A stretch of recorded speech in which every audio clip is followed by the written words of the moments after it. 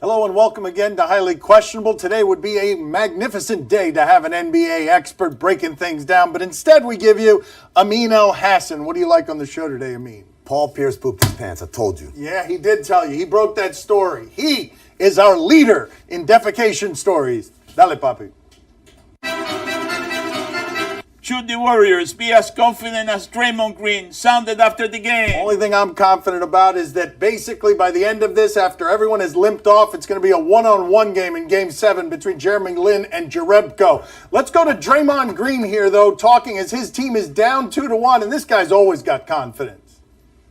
No one cares that guys are hurt. Everybody wants to see us lose. So I'm sure people are happy they're hurt. We just got to continue to battle and win the next game, go back to Toronto, win Game 5, come back to Oracle, win Game 6, and then celebrate. Fun times ahead. Shades of Paul Westphal in 1993 when they were down to the Lakers in the first round and they said, hey, we're going to win here, we'll go back there and win there, and then everyone will say what a great series it was. But here's the thing that Paul Westphal had that Draymond Green doesn't have. A healthy team. And for as great as these Warriors are, I don't think it's fair to ask them to be able to be successful if Klay Thompson can't go. Now, we have word that he probably is going to go in Game 4, and that changes things drastically. But here's the other part of this. The Warriors didn't play well last night, Dan. Beyond not having enough offensively, they were terrible defensively, and that can't continue. Draymond Green before this season told you loudly, we know we are better than everybody. They've got reinforcements coming, and they are so confident in those reinforcements that I would say that if I went to the Warriors right now and told them, hey, look, you're going to lose Game 4 too and be down 3-1, but you're going to get your guys good for the rest of this series, I think they might take that under certain conditions. By the way, Dan, reports are saying that Kevon Looney may not be out for the whole thing, so fingers crossed. The heroic return of Looney. Well, I heard that Kevin Durant is going to play on Game 4 for the Raptors. The next chapter of my life. Okay. Is Kyle Lowry right that the courtside fan who shoved him should be banned for life? We've got more information on this today than we had yesterday, including this isn't just an average courtside fan. This is a minority owner for the Warriors who, because of this shame, has now been banned for the rest of the finals from the Warriors facility. But let's check out what happened here where Kyle Lowry is jumping into the stands and he lands on somebody, but that's not the person pushing him. The person pushing him is next to the person that Lowry landed on, and that person pushes Lowry in a way that is way too aggressive. You shouldn't be touching the players, but especially if you're a minority owner. And Lowry said after the game as well, I mean, that the guy spent the whole game cursing at him as well. The fans have a place out. We Sure. love our fans, but fans like that, they shouldn't be allowed to be in there because, it's not right. And, I can't do nothing to protect myself. But, the league does a good job, and, hopefully they ban him from all NBA games ever.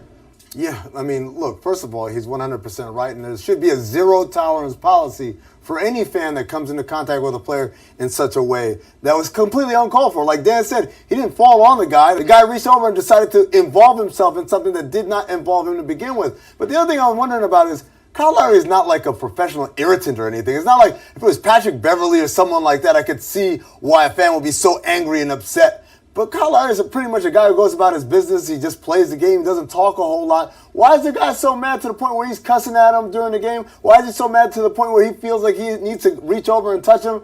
It's just ridiculous. I do not agree with Amin on Kyle Lowry is 100% correct. Banned for life sounds excessive if we're talking about a fan behavior in one incident like this one, where the national shame in getting rid of them on courtside seats that are expensive that night, maybe you ban them for the rest of the finals. I'm not doing lifetime bans for that, but when you start making it about a minority owner and a representative of the league touching the players that way, then you get into, well, should they take his minority stake and just buy him out? Because this isn't a person or a shame that you want near your organization. That'll teach him, Dan. Give him some money. It worked with Donald Sterling. $2 billion for racism. Do you know how much money this guy has? According to Forbes, No, Poppy. Were you reading Forbes this morning? How much money? 2.3 billion with a B. Almighty. Oh, B. with a B. Do you take Paul Pierce's wheelchair explanation seriously? 11 years ago, Paul Pierce left the finals with what seemed like a minor injury in a wheelchair, and everybody was laughing at him. And then he came back a couple of baskets later. I had wondered why all the excessive care for 11 years. And then Amin tells me for the first time yesterday on our radio show, there was a conspiracy theory that maybe he pooped himself. So we go back 11 years to finals, and here's Paul Pierce in some pain. This was scary at the time. Tony Allen. People thought, that's it. His season's done. What's the guy in green doing here? Just carrying the leg.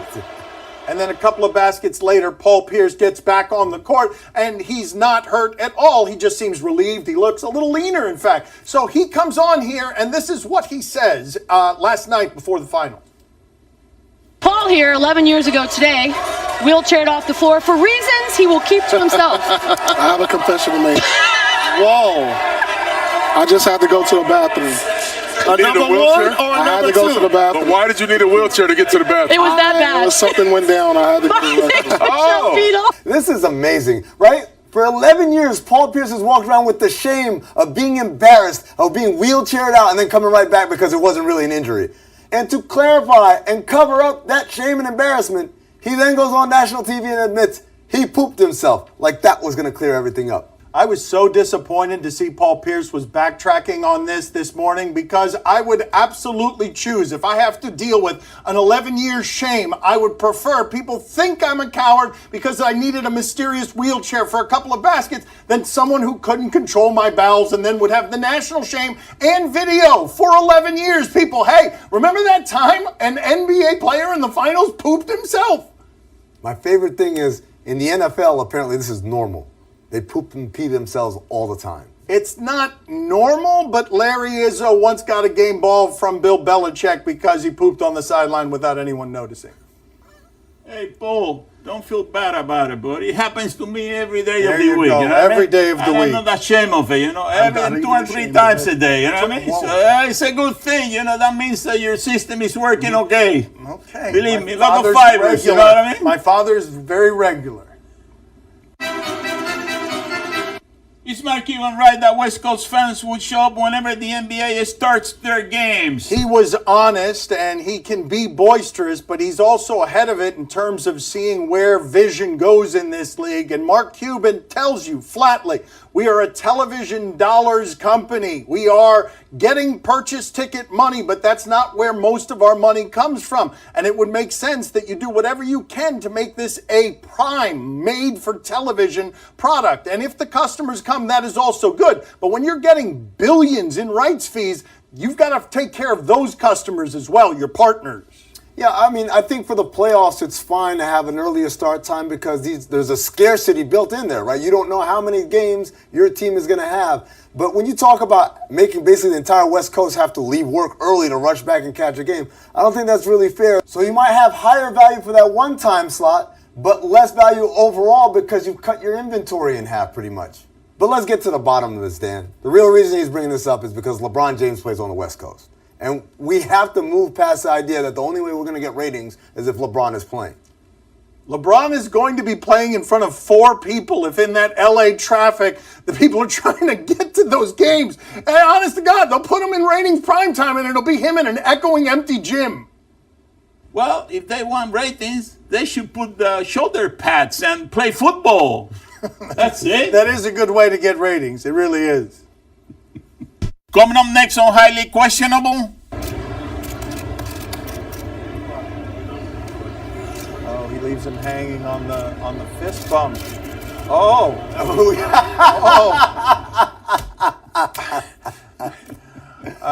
Please do not lose sight. That's funny by itself at the length of this finger once he points it, by the way. I just want you to take a look at those hands.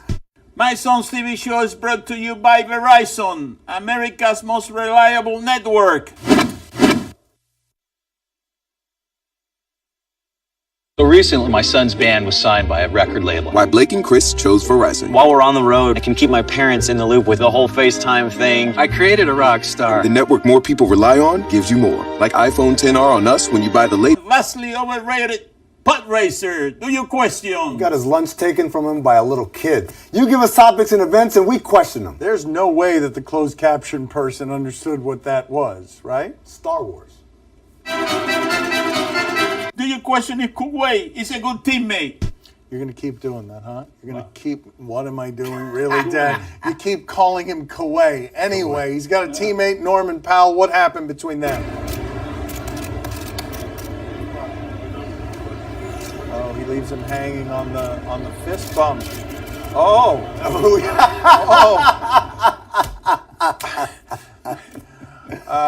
Please do not lose sight. That's funny by itself at the length of this finger once he points it, by the way. I mean, I just want you to take a look at those hands. I like the idea. It's like, no, guy, we got to go. I don't have time for a fist bump. Also, my favorite thing is that clip was tweeted about 17 million times with @Mina Kimes on it. That's what you're supposed to do when they offer you the handshake. You just point and say, we got to walk that way. Over the course of this show, we have run a lot of footage of people missing on handshakes, the rhythm, and many people faking it like Phil Jackson did, rubbing his face. But rare is the time that you get like this, where someone is just obviously looking at your fist. He is not missing this. I saw it. I'm not interested. I saw it. And let's keep it moving. You're Norman Powell. I'm Kawhi Leonard. Also, Norman Powell seems to be explaining to him the concept of a fist bump. No, you don't understand. See, I put my fist this way, and you put yours this way, and then we touch, and that makes it feel like we're best buds or something. Do you question if the shortstop deserves credit for an assist? You might have thought we were going to cover Major League Baseball here. We are not. We are going to cover Korean baseball. Let's go out to the Giants, the Lotte Giants. What do we have? 호잉의 타구도 멀리는 못 Shortstop. 봤습니다. Does he deserve credit for 신봉기가 assist? 물러나면서 He does. Yeah. He does. 볼을 맞았나요? Wow, that bounced very high off of his skull. That must have hurt a 머리 little 맞았어. bit. 근데 He's no Jose Canseco, though. Oh, thank you, Amin. I'm glad you mentioned it. This allows us to segue seamlessly into the greatest play in sports history. The Jose, look, my father's already laughing. The Jose Canseco home run off his head. Thank you. Well, that left fielder made the head-up play. Heads up was the joke he was Heads going up. for. It would have been a good one. Unfortunately, Wow. it came out not like that. Wow, that left fielder made a head-up play. He did it again. I got it this time. That left fielder made a heads-up play. That sounded like he was coughing. It sounded like he had a seizure. Do you question if this batter's teammate should be mad at him? All right, we go out to the minor leagues here. What did the batter do to make his teammates mad at him? Oh! I mean, a teammate should certainly be mad at him. Man, that is a late swing, Garcia. Let's go. Oh, yeah, blame the guy who's trying to win a game, Dan. Hey, he tried to make contact. He tried to get it into the field. And what's his teammate doing? Standing right in the line of fire. Head on a swivel. Oh, that was bad, but I've seen worse. No, you have not. Oh, yeah. No, you haven't. All right. There we go. Oh, no. How many of these do we have? Oh, we can't have an. Oh! That is worse. That's He wasn't expecting that He one. was not expecting that one. No, he was not. It wouldn't have gone that way had he been expecting it.